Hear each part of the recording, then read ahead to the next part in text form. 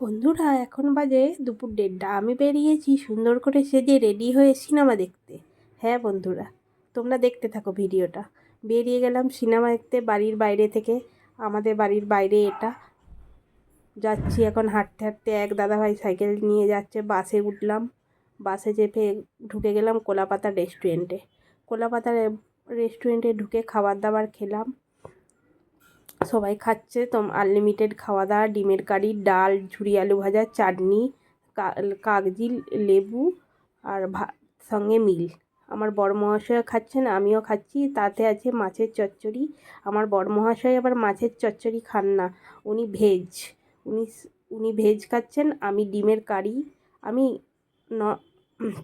Non veg খাচ্ছি। তারপর সবাই আনলিমিটেড খাওয়া দাওয়া করতে তোমরা এই কলাপাতা রেস্টুরেন্টে অবশ্যই চলে এসো। আনলিমিটেড খাওয়া দাওয়া, ভীষণ ভালো অফার দেয়। আমরা মাঝে মাঝেই এখানে এসে খাই, আমি আমার হাজব্যান্ড। সবাই খাচ্ছে, এক দাদাভাই বসে আছে, ওনারাও খাবেন বলে আমরাও যাচ্ছি।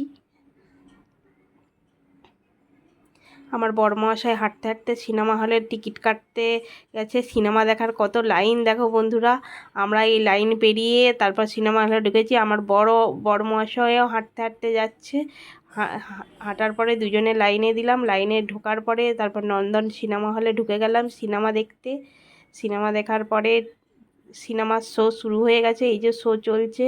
তোমরা এক দিদিভাইয়ের পাশে বসলাম, বসে তারপর সিনেমা শেষ হওয়ার পরে সিনেমার যে বাংলাদেশি নায়িকাকে দেখার জন্য সবাই উঠে পড়ে লেগেছে। বাংলাদেশি নায়িকা এসেছেন, আমিও দেখে খুব খুশি ওনাকে।